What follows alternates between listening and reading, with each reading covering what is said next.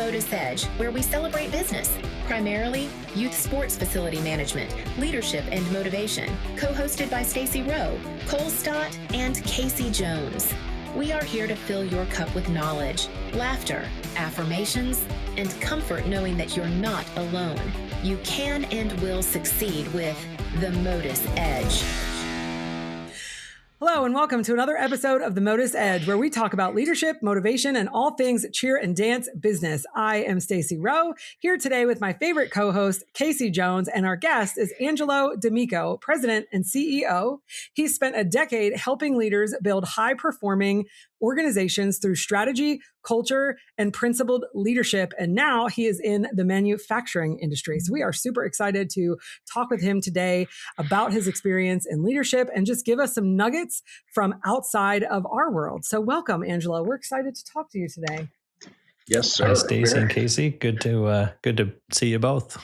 Very excited to have you on. Yeah, we were chatting before this, and Stacy and I think sometimes in our sport, in cheerleading, we get bogged down into,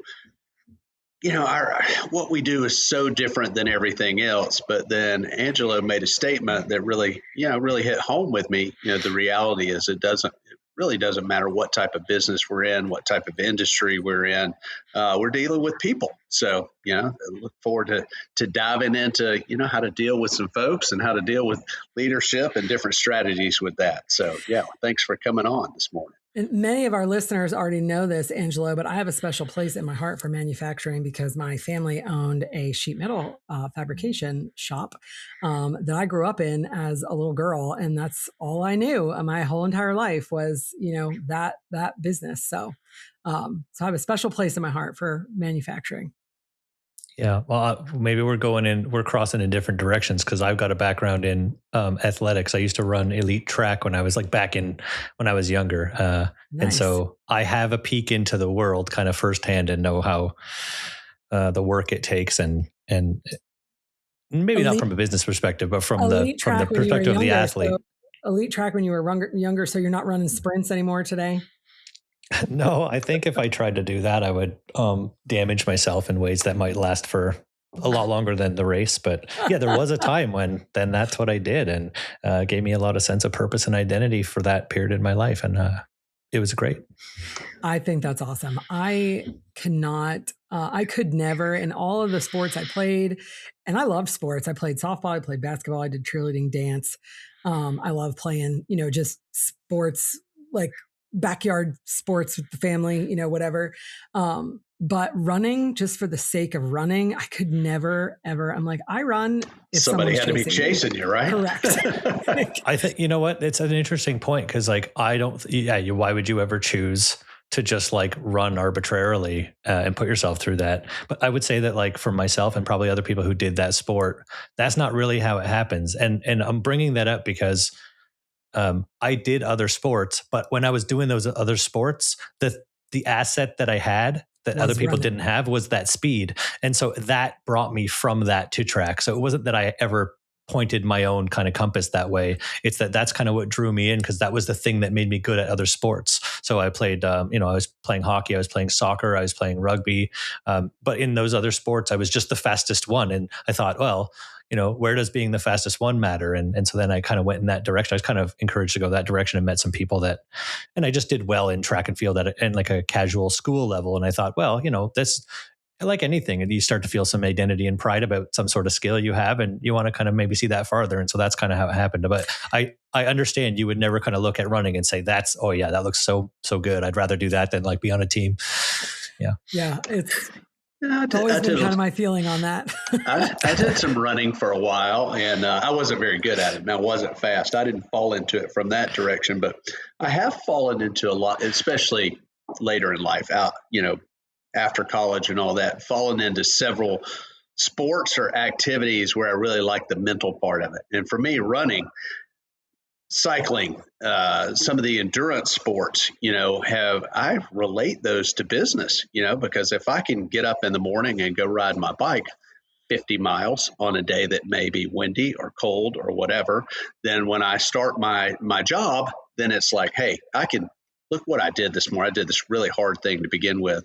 And I especially found that true with running. Like I said, I wasn't very good at it, but so much of it is mental. You can always run another step. You can always run another couple 100 yards. But I would use those mental games that I would play to keep myself running. I'd use those. They would carry over into the business world for me. So when things got hard, I think that it would be really hard to divorce some of those like characteristics you would earn from, especially a sport that you would do long term, from any other endeavor that requires a lot of commitment. Like I would say, one of the things that made me strong in athletics at the time was that once I made the decision to do the thing, I didn't wake up every morning and decide whether I ought to keep doing that thing. I just kind of made the decision that this is the way I was going, and I woke up every day and just worked at it. And since then, nothing's ever felt like hard work. By contrast, like I always felt like I've already gone to as hard of I've worked as hard as I know how to for as many hours a day as I have available for many, many months or years. I already know what that's like. And the precedent that sets when you're a young person, that never in my life have I encountered something that required more of me than that, is really comforting, because I have the confidence to know that like I can get through that. I've done it before. So I think with capability comes confidence. And that's a really big lesson, right? You can't just kind of fake your way through it. If you've really been through it, you kind of get this mindset and it's built into you now. And that's an asset, like you said.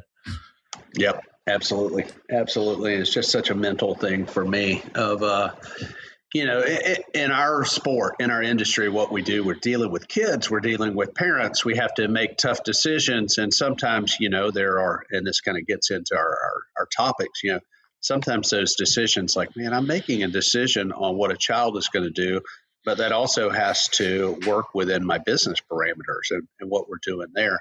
Like I said, many of those are very difficult. But, kind of to revert back to what we're talking about, a lot of that training and a lot of that discipline and a lot of those things, make it easier to have those discussions, to make those decisions, because you've already done hard stuff. So pretty cool. I think one of the things that's unique about our business, Angelo, and I'm definitely excited to hear your thoughts on this. So one of the topics that you have that I know that you are passionate about is stewardship in leadership. And I think one of the things that's interesting about our world is, you as a business owner, right? Or a CEO or whoever you are, right? You're a leader of your company, and so leadership is important. Obviously, Casey and I, we each own cheerleading and dance facilities, and we're the owners of those facilities, so we're the leaders. Every business generally has additional leaders, directors, people management, whatever, right? So you've got a few other leaders. Every single one of our employees is actually also a leader. So because they are leading a team of 20 athletes or 30 athletes, or they're leading a class of 10 athletes. So we are managing, like, there's not one person generally inside of our doors that is also not a leader. And that presents a lot of challenge sometimes, they have to be leaders and followers to some degree, and so we are constantly talking about leadership and how to best understand leadership and how to best lead people and how to teach people and mentor people into becoming the best leader that they can be, which there's just so many facets to that aspect. And I think that, while there are lots of leaders in other workplaces, I don't know that every single person in the workplace is in a role of leadership, if that makes sense, so that is one thing I think that is unique to our business. And it's so important that we spend a lot of time really learning a lot about it. So I'm intrigued to hear what you have to say. Tell us your ways. I'm going to agree with some things and I'm going to disagree with something that you said, I think, and we're going to have a interesting point. Maybe we'll figure this out. I love it. So my company we're two companies. We're one company, it's a manufacturing company. We're 60 people. We're another company, a smaller company that does only a few $1 million in revenue. The smaller company, the larger one's more like 30, just try at 30, but 60 people on the one side and just a much smaller brand on the other side that's focused on kind of like the equine industry, still manufacturing, but it's also just a brand. So when I'm talking about my company, think about 60-ish people. Okay. Within that company, we've got a handful of managers. And so when you talk about everybody in the company as a manager, because they have to manage a group of people or lead a group of people, a team of people. I think when you're talking about leadership, you're talking about leadership in a way of leading people from a cultural perspective and kind of the inspirational side or the motivational or disciplinary side. I don't mean disciplinary in terms of like consequences, but I just mean like in terms of having discipline at the sport, maybe upholding the integrity of the organization and living up to its values and being an ambassador for that. And in that way, they are leaders, as are the managers in my company.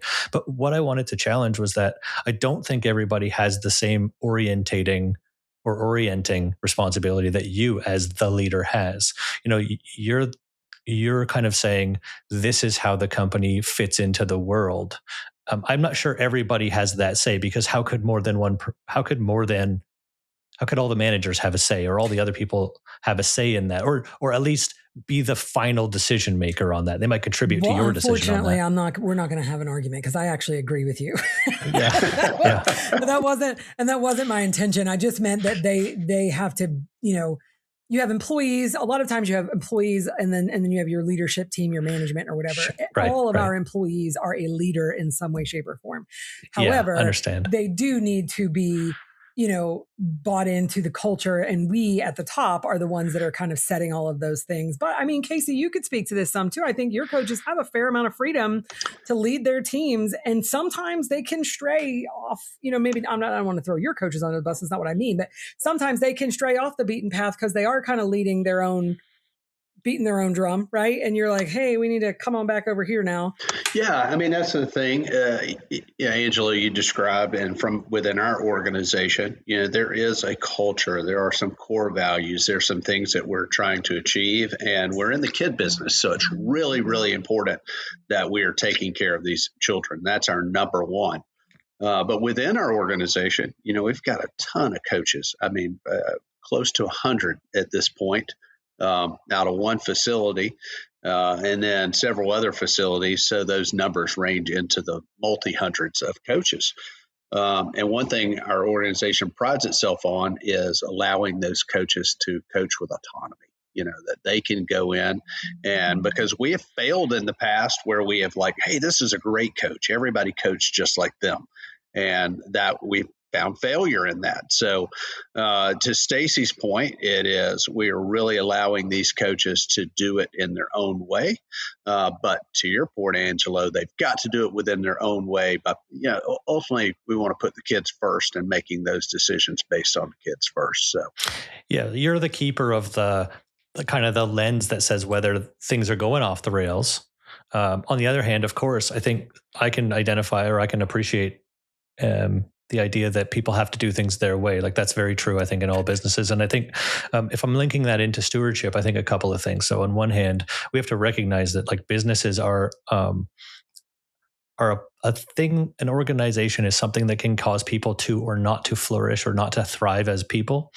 And when we strip their autonomy, we're actually impeding their ability to flourish as people, right? And so that's not the most respectful thing that you can do with people. You want to have people that deserve that autonomy. And that's one of the tests you want to have. Like if you're running a company with values that says, hey, we don't need someone with autonomy, we need someone who just follows these instructions really well, you're probably not going to get the best people, right? It's going to be harder to find that right person. But if you have them, you're going to have a company that and then the other point I was going to make about it was you're going to have a company that you may be able to pass on one day because it's not all up to you.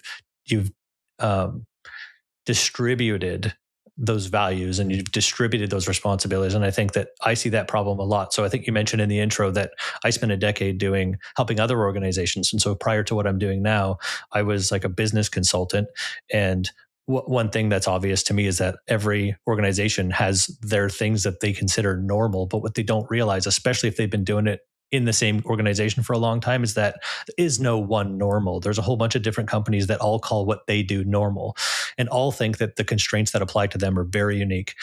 And it's hard to get past that for a lot of people. But I think that you want to make sure. I've seen companies where they kind of talk about giving people autonomy, but at the end of the day, they have not distributed the responsibilities and duties.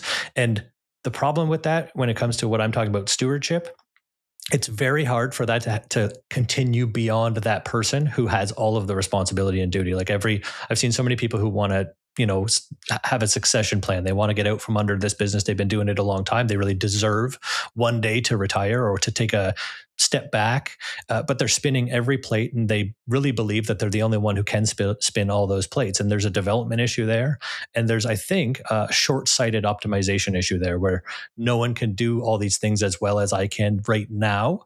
So I won't give anybody any of that responsibility. But then how do you let them do it worse than you now to become better than you later? So you got to see that in people, and you got to give them that chance. I think you make a great point. And I think that's something that's really important for our listeners, because we deal with a lot of very small businesses. And I've been blessed for my business to grow a little bit, but the reality is it's still a small business. But in the early days, it was very small. And a lot of our customers, a lot of our people that come into our Modus organization, they start out very small. And something I'll never forget this, my accountant, before I even opened the doors, I had a lady that was mentoring me, and she made me go and sit down with an accountant. And that accountant gave me 2 pieces of advice. Make sure you're well insured, and then hire people that are good at the things that you aren't. And then make sure that within that second piece, she said, make sure that you've got multiple people that understand how to do a job. Because she said something and it stuck with me. She's like, because what happens if you get hit by a bus? And she was like, is there a company left? Does it keep going? And that's something that's kind of stuck with me, and that's something that we've tried to do within our organization. The people in it are very, very important. But the reality is life happens and people come and go within an organization. So what does that mean for your organization? If it's built around 1 or 2 people and those people go away, then what you have built is done. And so that's something that we've really tried to do is build something that's bigger than any one individual. So a great point, and I think a great point for our listeners, because if you are that small gym owner and you're starting out and you are spinning all the plates to begin with, that's okay to begin with, but you've got to quickly get to a point to where other people are taking on those responsibilities. There's a role there for like local boards and chambers of commerce and things like that, where especially if you're a smaller company that's 1 to 10 people, 1 to 5 people, especially if you're doing a lot of the leadership stuff yourself, there's a loneliness there about that where nobody in your organization really can empathize. And also the people who care about you in your personal life just simply might not be in that position. So you can talk to them all you want, but they really aren't in it. And I think that's why it's important to be a part of different networks, peer networks. And they might not even be people that are exactly doing what you're doing, but they might be doing something similar. They might be in athletics, or they might just be a solopreneur, a small business, and just have some of those same challenges about how to kind of distribute duties, when it's so easy to say, yeah, okay, you distribute your responsibilities. And they're going to say, yeah, but I'm small. I can't be hiring 10 people to do all that stuff. I have limitations here. I've got constraints to deal with. And I think that's important to recognize, but other small businesses are grappling with that too. And some of them have found little ways to solve their problem. And then you sum that up and they can really help you solve 20 or 30 little problems that really amount to a huge difference for a small business. Man. Yeah, that struck a nerve there when you said you're in that position and it can be lonely. There are times where, and I certainly, gosh, it's almost like clockwork. Every couple of years, I feel like, in business where I go through these slumps of like, goodness gracious, because it is call after call, issue after issue, and everything, at least comes across your desk. Someone else may be handling it, and you may have great people in it, but you're still seeing all that, and you can get to a lonely spot. And for me, I preach this to people within our organization. I also preach it to other people outside, is, having something outside of that business. And you mentioned a lot of great resources.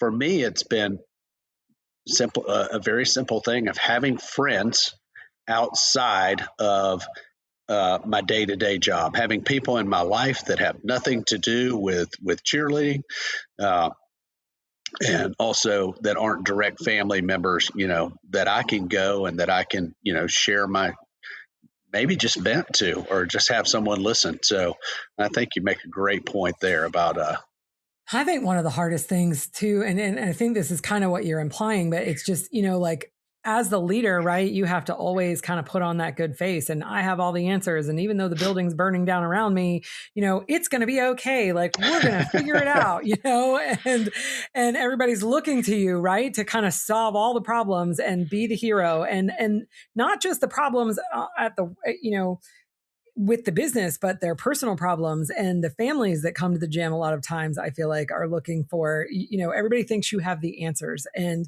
it's a lot to put on your back.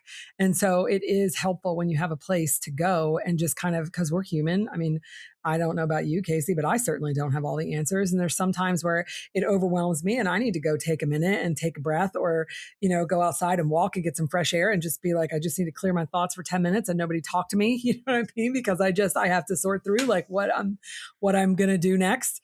But you have to give that like a persona of like, I have it all together and it's going to be great. And, whatever. And just having a place to go to kind of share that like, okay, I'm unraveling at the seams is really what's happening. Yeah. I use the swan analogy all the time. I feel like in my whole life, in this business, in the world I'm in, I have felt like a swan. So a swan is this like, they're always very poised and graceful and beautiful above the water. But if you've ever watched a swan under the water, their legs are like going nuts. And so I feel like somebody said that to me many, many, many years ago. And I was like, yeah, that's how I feel like every day, basically. So there you go. I think, yeah, people in leadership positions, have to realize, especially when they're not just operating in an isolation on their own, when they've got a staff or they've got children around or other like customers who are, I mean, in your businesses, those people are present. In my business, oftentimes the customer's not on site, right? But when they're really in front of you, anyone who's really in front of you, I think you have to be very cognizant that you cannot be reactive, right? I think your volatility as an individual becomes the volatility of the business, or your ability to control that volatility and absorb it and respond in a composed way becomes the stability in a business. And people don't expect you to make every perfect decision. But if you can make decisions in the same principled way every time, you don't have to know everything, but they can trust that you're the keeper of the principles. And then the next time something hard happens, they'll look back at the last time something hard happened. They'll see the kind of the criteria by which you make decisions, and they start to learn to trust that. So I don't think my staff or managers or my peers think that I have all the answers, but I do think they have a strong confidence about the way I'm going to go about trying to solve the problem. And so they know, okay, I can rely on him to think about it this way. And what's important for them is that I'm not only looking out for myself, but that I care about everybody's best interest that's involved, right? And so if they can trust that, then at least they trust that your efforts are going to be the things that consider them. And so that's the best you can offer. We're only people, right? I couldn't agree with that more. And actually, I have never heard it said that way, but you're absolutely correct. It's the intention behind the decision, or the principle is the word that you used, that they learn to trust. And, and I think that is an excellent point. And I think that's also sometimes what a lot of leaders struggle with too, because it's difficult. It's hard. It is. And it's hard to do the hard things and make those right decisions all the time and be the one. Because a lot of times people will, I'm trying to think of a specific example and nothing's coming to mind, but like, I feel oftentimes that the people who are looking to you, they want you to make that hard decision because they know it's the right hard decision to make, but that doesn't mean that they still won't chatter about it over here and like, I can't believe she did whatever, or I feel so bad for this employee that got terminated or this family that got removed from the gym or whatever, or they'll be the one that's friends with them and doesn't understand, you know what I mean? But the majority, whether they say it outwardly or not, they want you to make that hard decision. They're counting on you to make that hard decision. They're looking to you to make that hard decision. And, I think that's a difficult place to be. And I think sometimes as leaders, we just need to know that like we're all, like you said about it being lonely, it is helpful to have that network sometimes to just say, hey, we're all going through that. You're not alone, Every person who's not in your position is going to have I'm going to call it the luxury, I guess, or the peace of mind to be able to say, I like or don't like this decision based on how it affects the now. But I think that the people listening they have to balance short-term performance and long-term stewardship. Right. And I don't think what you're doing is making an either or decision. And neither do I want people to think that stewardship means like the soft side of leadership. I'm not saying that, because stewardship might mean and does mean sometimes making unpopular decisions in the short term. So if I was to offer everybody a pay that reflected what I think of them as people, as humans, we would have no money left, because I just think they're great people and I value them as people. There's no limit to what they're worth as people. There's a difference between having a company with finite resources and being a friendly, empathetic, sentimental person. Those are two different things. And so people want you to optimize the transaction, and often in a way that benefits something that's either beneficial to them or that one situation.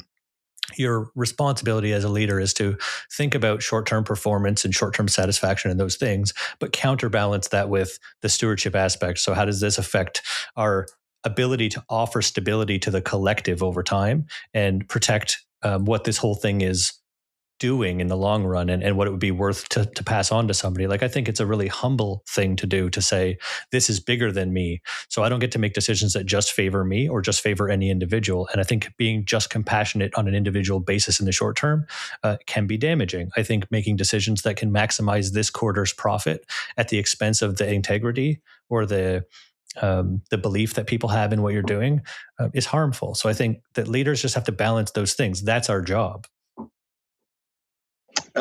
I agree. And I think it's, for me, it's really hard to maintain that consistency, because you want to make decisions, not reactions, and I think, like I said, in our business, we're dealing with kids and their parents. We're dealing with employees that are incredibly passionate about what they do. We're dealing with extremely creative people. Yes, very artists, which presents a challenge in itself. Yeah, I love to say that too. It's like that's the reality. Many of our coaches and choreographers, they're artists. It's often hard to get an artist to be able to work within a box. Like, hey, go paint this art from 9 to 5. It's difficult, but the passion and all that's what makes our job so great. But that's also what makes it so challenging, and sometimes I find for myself of like, hey, I just need a minute. I need to give myself 24 hours so that, because where I get myself in trouble is when I don't know the answer and I just make one up because I feel that there's an expectation to answer a question immediately, as opposed to like, hey, give me a second. This is really important. But I need to think this through, and either take the action or wait on that answer to kind of come to me. So what's the goal? What are the outcomes that the type of businesses that you all have, what are the outcomes that you're even looking for through the business? Is it strictly you're looking for athletic performance, or are there other outcomes that you count? I'm not saying that you measure, but that you care about. So to me, there's kind of three things within our organization that we're looking for. One is to provide a good experience for young people that is teaching life skills. Second is to be competitive. What we're doing, we're trying to win, so in being competitive there. And then the third, equally as important, all these things are super important, is that our business is profitable. Because if we're not profitable, we can't do number one or number two. So those are kind of the three kind of guiding principles within our organization. I think for us, it's very similar, but I think, we want, we have multiple, Casey and I both have multiple locations, but for us, we want each of our locations to be kind of a staple inside of their community where kids know they can come and have, a great place to train and have a great experience. So having the great experience is an extremely important part of it. I think for our business, we really want to try to teach as much as possible through our activity, the important life lessons, and really want to pride ourselves on the fact that, like, down the road, people can go out into the world and somebody will know that they came from Premier Athletics and be like, oh, you have been trained well. You have the right principles and the right work ethic and, those kind of things. That's important to us.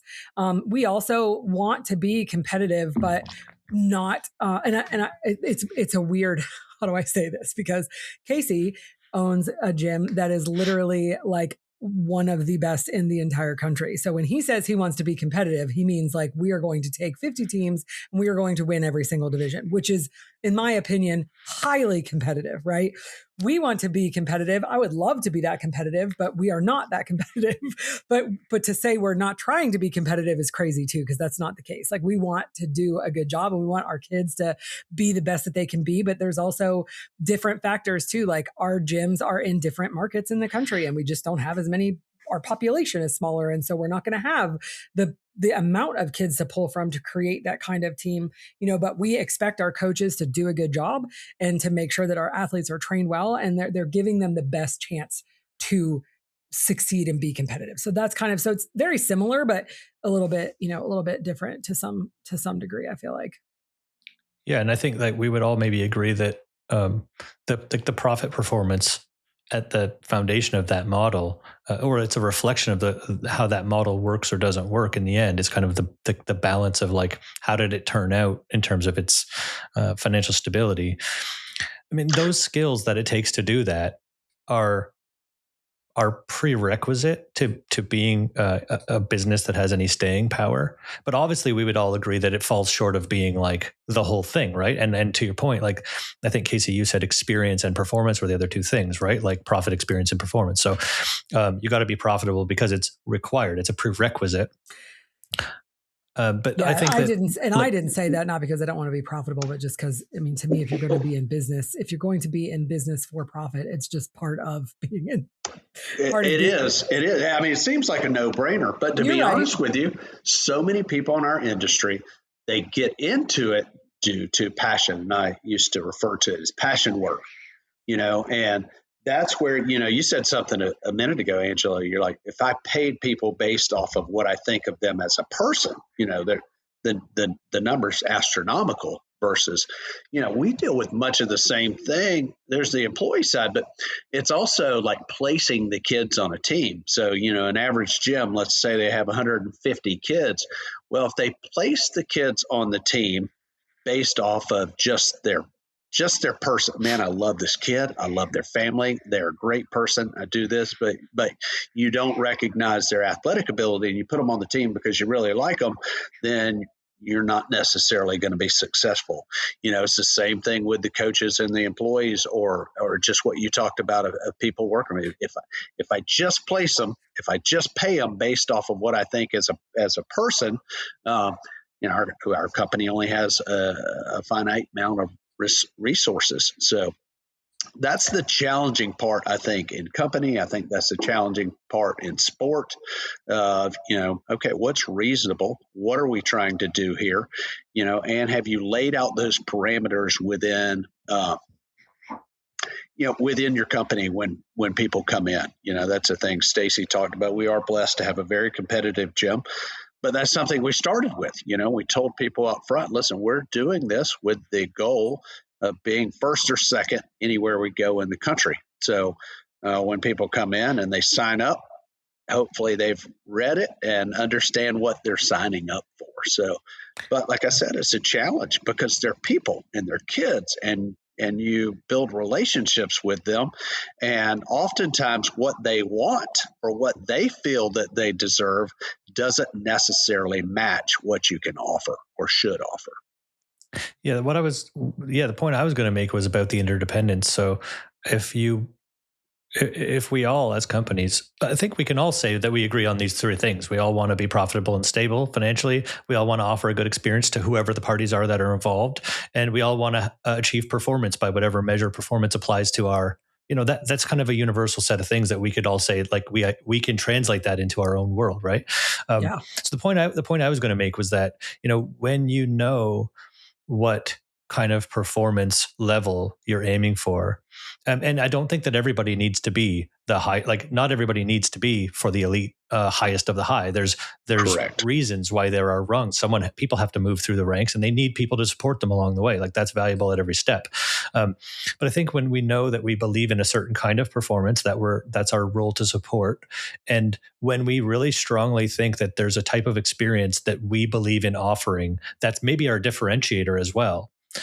Then I think that the profit becomes the thing that serves to protect that endeavor, and the emotional side is in the experience and somewhat in the performance, right? And so like we believe that people deserve this type of support. We believe that this kind of experience builds good people, has integrity, gives them the ability to maybe give them life skills along the way. Well, if we believe really strongly in that, then we have to steward the business, because if we stop being able to offer that, then the world has lost something, and all those people who you could have supported and given that experience to have now lost access to something that you were giving them. So I think that pricing too aggressively is actually a dishonest practice. I mean, too aggressively, like too low. It's dishonest because it's saying I can give you that for this, and it's not true. And you'll run out of tarmac. You'll run out and you'll hit a dead end. On the other end, I'm not saying go gouge people. What I am saying is that the experience and the performance come at a price, and let's be honest about that in both directions, and not shortchange ourselves either. So for that small gym or small coach or whoever they are that's watching, you have to be fair to yourself too, but you have to think long and hard about what is it that you're bringing into the world for these people in terms of experience and performance. The word that comes to mind is value. When I'm pricing something, is that value there? But you make a good point. Am I undervaluing it? Am I overvaluing something? Because I believe that if something is worth it, then people will pay for it. And most importantly, what they will do is continue to pay for it. We'll all buy something once. We'll all go to the high-end restaurant. I'm going to go and I'm going to try this one time. But if the value isn't there, then you don't go back, and you certainly don't continue to go. So that's something, bring up a great point right there. And that's a thing that many business owners, to include myself, have struggled with, especially early on, because I felt I likely undervalued things because I was trying to take care of people. But then I quickly realized we're going to take care of far less people because we're not going to be able to stay open. So a huge part of our company is what we're doing in our local communities. What are we doing? We want to be a household name in our local community. In order to do that, we have to have great people, great coaches within our organization that provide a lot of value for what they're doing, and we've got to charge a fair price for that. So. Yeah, like wouldn't you say that one of the things you're doing is creating good citizens, right? Like good organizations have this, or institutions, I shouldn't even say like businesses. It could be academia. It could be all sorts of different organizations. But one of the outputs they can create, if they provide a safe atmosphere where people can really have purpose and be compensated fairly, and even the customers can have a good experience, or the athletes can have a good experience. We're building citizens that go out into the world in a more positive and collaborative way. Like we're contributing to what's normal in the world, right? I think that's an important point, because before we're business people, we're people. Like I don't want to go to work every day and feel like, well, I do this duty of going to work so that when I'm not there, I can try to have a good life in the cracks in between. The business should be a thing where I'm having a good life at. Like that endeavor should be part of my good life. And if I'm not building an ecosystem where, like I don't know how suppliers works for your industry, but if I'm just badgering every supplier to give me what I need for less than what they could be profitable, instead of being a partner with them, or if I'm not treating customers with good values or the athletes with good values, I build an ecosystem where every day I go in to fight my adversaries from every angle, instead of going into an ecosystem where we have this mutually supportive ally relationship that I go into, and we all just have a better life because of it. And so everyone involved has to be considered about like, what kind of life are we contributing to people having? And then to your point about the community, like how are we then reaching out even farther and saying, we're going to make sure that the people who come out of this affect the community. We're going to make sure that the organization has a reputation for being a force for good. And then one day you're going to want to, or you're going to need to step away. And if it means enough and there's somebody there, then this thing can keep offering that value. And if you don't do these things, then it won't. And that's not stewardship. Yeah. So that reminded me of something I remember, 5 or 6 years ago. We had a new director come in, and they really, really wanted to push our vendors. They're like, I'm going to get on the phone and I'm going to call these vendors and I'm going to beat them up on the price of everything. And I was like, well, hold on a minute. Like, we don't want our customers doing that to us. So why would we be that type of customer to these vendors? I think it's fine to call a vendor and say, hey, is there something we could do to get this price down? Is there, if we order more, if we get to a different level, what can we do to, do those things? But, that is just an age old piece there of like, treat others like you want to be treated yourself. Yeah, so for sure. Angelo, you have been a wealth of wisdom today, and I feel like you could just jump right on into the cheerleading industry from your manufacturing world. It's been fun. I feel like to just hear your perspective, and it's so important. And you've just brought so much knowledge and wisdom to the conversation today. And you don't really, you're not in our space, but you get it because people are people, right? And we're in the business of people. So I think it's been awesome to hear your perspective. I agree. Yeah. And you can really tell that you care about people. And I think that's, I think that's probably evident in what you do and your success. And I think that's important for all of us. When we put people first and care about them, then oftentimes the other things take care of themselves. So. Yeah. Well, I appreciate the sentiments. I think we're all just kind of like figuring it out. Everybody that we work with is just figuring it out. And so a little bit of understanding goes a long way. So I'm not in your industry, but I think that, you're dealing with people, and you're dealing with sometimes people who need a lot of direction, right? And so there's got to be a human, high integrity, very human approach to what you're doing, because you're dealing with people who need building in a lot of ways. And we need to be safe places for people. Yep, I love it. All right, well, we're moving on to our favorite time. Maybe not our favorite time, but one of our favorite times, our dad joke. So looking through this one, this is one you guys can get. Sometimes these things are a little over my head, but I think you guys can get this one today. So, what do you call an illegally parked frog? What do you call an illegally parked frog? Angelo, you're a dad. You have a guess to the dad joke? I have no guess. No, I don't. Frogger. I don't know. I have no idea. Toad. Toad. Very nice. I thought y'all were going to get that one. So anyway, be sure to send us your favorite dad jokes so we can share them on the show and give you a shout out. You can submit them to our new website, the MotUSEdge.com, or DM us on social media at Join Modus. And with that, we're going to take a second, and I'm going to tell you a little bit about Modus. Owning a gym doesn't have to feel like you're pushing the bus uphill alone. Join Modus, a powerhouse community of gym owners who share, support, and grow together. Inside the Modus Vault, you'll get ready-to-use templates, fresh resources, and exclusive industry discounts. Plus, your membership includes 2 seats at the Modus Business Expo in Nashville every year. 2 full days of growth, leadership, and networking, included at no extra cost. Ready to level up your gym game? Join Modus at joinmodus.com. That's JOINMOTUS.com.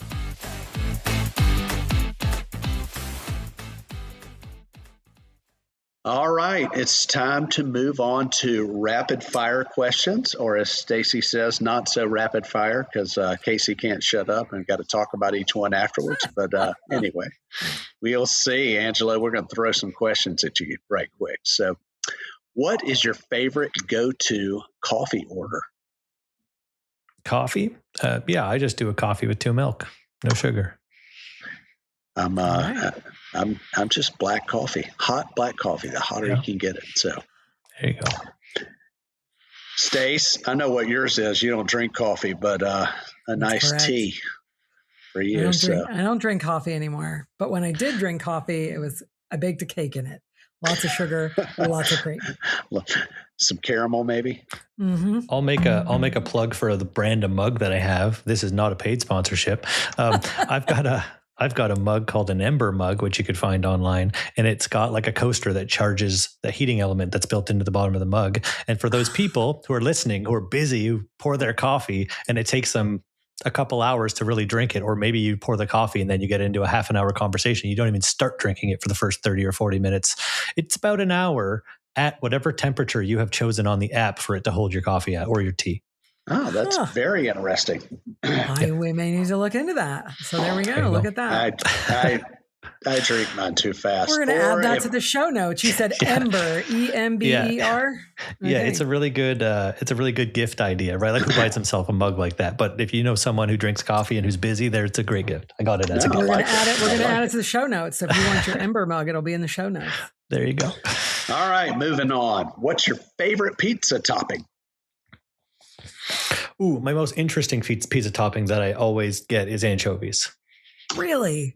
Yeah. Ugh. I wouldn't say like I would just get a pizza with only anchovies on it, but it's the one that makes the biggest fundamental difference for me. So like if I get pepperoni or sausage or like sopressata or red onions, those types of things, mushrooms, I'll get all that kind of stuff from time to time, a different mix of those things. But the constant for me that makes it a good, really good pizza or just an okay pizza would be anchovies. Wow. All right. Yeah. Mine's chicken. Oh, well, there you go. So it's a little safer. Yeah, I like so the pizza spicy I get, Italian sausage. There you go. Yeah. So, but the thing with the anchovies is if you like anchovies, then you're getting a separate pizza, so no one wants your stinky, salty anchovies on even half of their pizza, get it out of that box. So maybe that's like intentional, right? Like you're intentionally ordering the anchovies that you can get your own pizza. Protecting my turf, you could say. I love it. I love it. Are you a morning person or a night owl? Okay. Well, pre-kids, night owl. And there's something I really like about the world goes quiet. And now I have the time to, even if I'm by myself in the day, it's noisier knowing that the world is happening. And then when things quiet down, you kind of feel like you can breathe a little bit. Since having kids, I'm a morning person. We don't get the luxury. I got a 3-year-old and a 10-month-old. So we're morning people now. Yeah. You're busy. You are busy, in it. busy. But I'm not the person, but I don't get up like before. I know people, I work with people that, their kids get up at 6, so they get up at 4 and they have their time. I don't do that. I can't be doing that. Yeah. I never did that either. Oh, no. I am for sure a night owl. Most of my career has been second shift. That has changed a little bit, but still like, if I've got to dig into something and do a deep dive into some work, it probably needs to be after 10 p.m. Like if you need something done at 1 o'clock in the morning, I'm your guy. Come get me. If you need it done at 5 a.m., then maybe call somebody else. So. Yeah, I'm never like on a roll and I think, well, why don't I get a good sleep and get up early and handle that? I always think like, well, I'll just stay up a little later and handle that. So I guess I would say night person then. Same. All right. If you could choose a superpower between flight or invisibility, what would it be? Those are my two options. Yep. Flight. Because it feels more honest. I think invisibility opens you up to a lot of accusation. So it's so funny that you say that because I oftentimes use that question in an interview and for that exact reason, because flight is generally a more honest answer. Invisibility implies, it could imply technically you're sneaky. That you're, there's something there, or you lack confidence maybe, and so you want to be invisible. It just tells you a little bit about a person. I feel like when they answer that question, and we don't necessarily hire them based on that answer, but I always find it intriguing to know which one people choose. Yeah. I've never been asked that before, but I think to myself, like if I were invisible, the things I would be granted are things that like aren't good for the other people. Like I'm listening to what I shouldn't be listening to, or I'm seeing what I shouldn't. Like, why do I need to be invisible about that? So flying has some other utility. Like I could just like get to, I can go have coffee in I feel in like Paris you had something else that you wanted to answer though. So I'm curious, did you have a different superpower that you wanted to throw out there? Well, I thought I was going to I thought maybe I was going to have to think about a whole array of things. And I was going to say like reading people's minds would be so crazy, but we'll stick to flying. That would be very crazy. All right. We've mixed this last question up a little bit. This is a new one too. So if you could have dinner with any fictional character, who would it be and why? Oh, I don't really consume any fiction, so I'm going to have to go way back on this one. Fictional character. Could be like TV or book too. Like the intention was for a book, but it could be a character on TV or a movie. Yeah, that's really hard. There's no fictional characters that I care about. Sorry. I don't read fiction ever. I haven't read fiction since high school. Let's switch it non-fictional. So if you could go back in time. Historical figure. Yeah. Okay. Yeah, maybe if I could go back and sit down with anybody, I might speak to, if I had to give you one, maybe I'll take the cheap way out and say Aristotle. Yeah, I think just somebody who's kind of laid some groundwork for the way that we kind of think and understand. Because I mean, they've obviously kind of demonstrated that they can do that, and then who better to ask some of the other kind of fundamental questions you grapple with than somebody who spent so long doing that and showed some level of success. So I feel like they might be able to answer questions for me that are very hard to access answers to.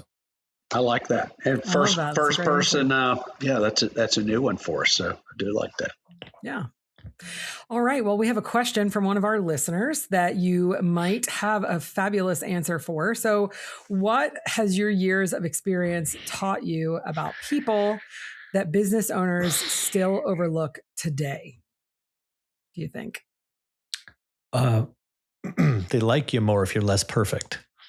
So I think the young business person in me, at least, and what I see from a lot of young people, is that they want to embody an archetype that they've seen or that they think equals success. And then I guess like the saying I've kind of developed for myself is that the flowers grow on the branches, not on the trunk. And so it's good to have those foundational kind of that knowledge. But I think as you learn more about yourself and you experience more and you kind of pack on all these like little badges of honor, I think what you want to do is branch out from whatever the standard is in ways that are reflective of you as an individual. And I think when you do that, you become a lot more colorful to people, a lot more interesting, and you show your faults, but also your strengths.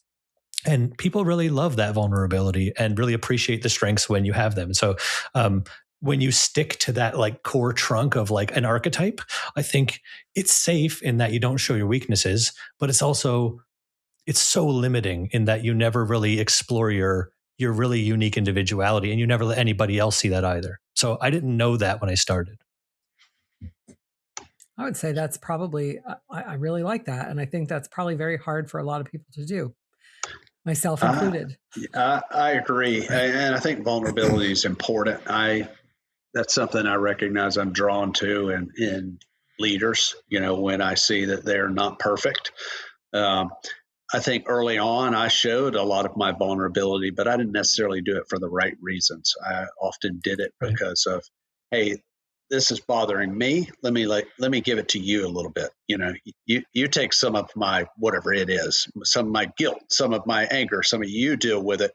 But as we age and mature, then I realized that some of that vulnerability can be shown to others to like, hey, none of us are perfect, and we all have an opportunity to make an impact on people's lives, even though we aren't perfect. I think for me, I spent many decades of my life, I feel like, afraid to show any kind of vulnerability, like it was a weakness. And, even as a teenager, like this, this is just kind of part of who my personality was. And then through my marriage, actually, I feel like, many, many, many years into marriage, I realized that I need to be more vulnerable, with my husband, who is my person that I've chosen to spend the rest of my life with. And it's not fair that I'm not like being vulnerable with him. I was always kind of just wrapped up in this tight little shell, And so I think that when I recognized that, it was probably in my mid 30s. I feel like I recognized that. And so I started kind of being more vulnerable with him, and then realized that okay, it's okay. Like, it's okay to do this. And so little by little would kind of start to trust a few people here and there to show more vulnerability. Then I feel like as I've gotten older, I realize that it's okay. Like, it's part of life. It's okay. Nobody's perfect. You don't have to be perfect. People won't judge you. Some people will judge you all the time, but who cares? You know what I mean?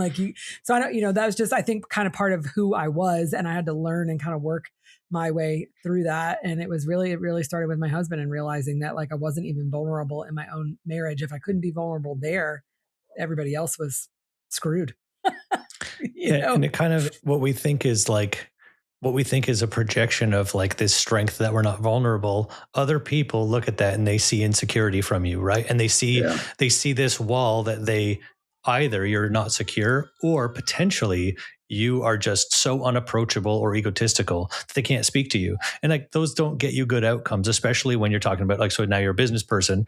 You can't live that way in your organization or navigate your industry that way. I think when you're looking at even people in sport, there's a vulnerability about saying I could be better. But also there's this character of control, I think, that it's in my control to be better. And one of the things that I struggled with kind of leaving who I was then and who I became, I think or who I am becoming is that isn't who you are. And you have to kind of shed that and people don't need to see the elite performance side of you all the time. Yeah. Yeah, no, those are all great points.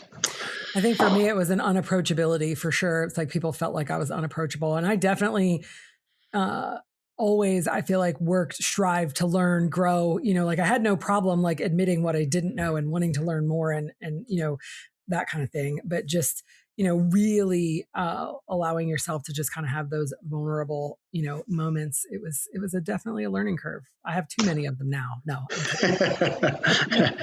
When I joined the company I'm in now, I joined as I'm a fairly young executive by the standard, I guess, and especially in our company. There's lots of people who've been doing this for, a few decades, and they know much more than I do about what they're doing, right? And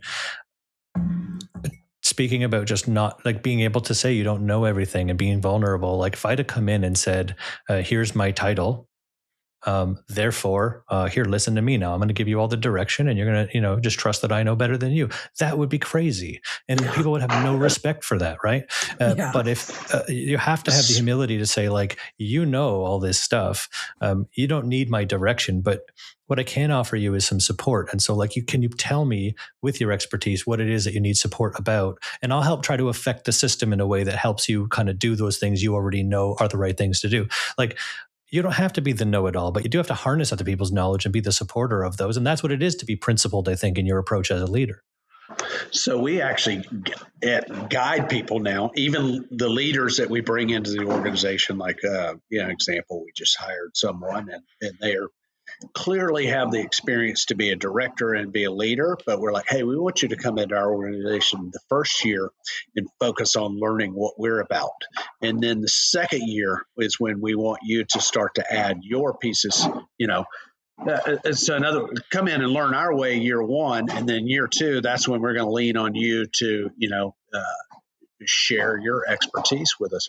Because we found, much like you said, we were often bringing in people and putting them in a position that would not necessarily set them up for success with their peers because, their peers are hey, I've been here for 10 years. Who's this guy? Who's this gal coming in? Do they really know what they're talking about? So that is, you make a great point. And I think it's important sometimes for organizations to help guide those people that are coming in. Agreed. All right. I could tell you guys a little bit about our upcoming podcast. We do a couple of live podcasts, and we will be going live from the MotUS Business Expo. So getting some fresh insights from our event producers, affiliates, and gym owners. So mark your calendar for September 30th for an epic live podcast coming your way. Those things used to scare me a little bit. And for those of you that want to attend the Modus Business Expo, the registration is now open. The event is September 27th through the 29th in Nashville, Tennessee, and our live podcast will air, like Casey said, on Wednesday, the 30th. We are super excited. We have all of the information out now too, Casey, about our Cheer and Dance Novas Awards. We are super excited about that. We have about 25 different awards we're going to be giving away. We're going to have live entertainment and several hosts and comedians and all kinds of fun action. It's going to be like a super, Grammys, Tonys style, awards event. I'm like, what is the word? What is the word I'm trying to say? Sounds like a gala. Sounds like you're looking for gala, maybe. Yes, yeah. It's just going to be an amazing way to celebrate all the incredible people in our sport who have made a contribution in one way or another. And Angelo, believe it or not, nothing like this exists in our industry. This will be the first year for it, and we are looking forward to making it an incredible tradition. So you make sure that you turn in your nominations when the time comes. Follow our social media at Join Modus to get all of that information. And we're super excited. We're super excited about it. Awesome. Well, thank you so much, Angelo, for hopping on. It really has been a treat. And you have been full of all kinds of wonderful little nuggets of wisdom. Like I said, I have thoroughly enjoyed talking to you. So we really appreciate you being on today. Absolutely. Great chatting with you. Yeah, it was great to be on here. And I'm still figuring it out. So even the stuff I talked about today, I do it wrong all the time. So I'm right there with everybody. Awesome. I love that. Be sure to subscribe to our YouTube channel at the MotUS Edge. Check out our video shorts, like, and comment. We'd love to hear from you. Give us a follow on Instagram, Facebook, and X at Join Modus, or TikTok and LinkedIn at the MotUS Edge. Follow our show wherever you listen to your podcast. And if you like what we're doing and you want to hear more, leave us a comment and be sure to tell all of your friends. And if you're a gym owner, join the movement and sign up for Modus today. And don't forget to sign up for the Modus Business Expo. Thank you guys so much for listening. We're excited for you to have the MotUS Edge. Thank you for listening to the MotUS Edge. We hope you had a blast. Join us next week for more on business, leadership, and motivation. Subscribe and follow the show where you get your podcasts. Subscribe to our newsletter at joinmodus.com. The MotUS Edge podcast is produced by ClantonCreative.com.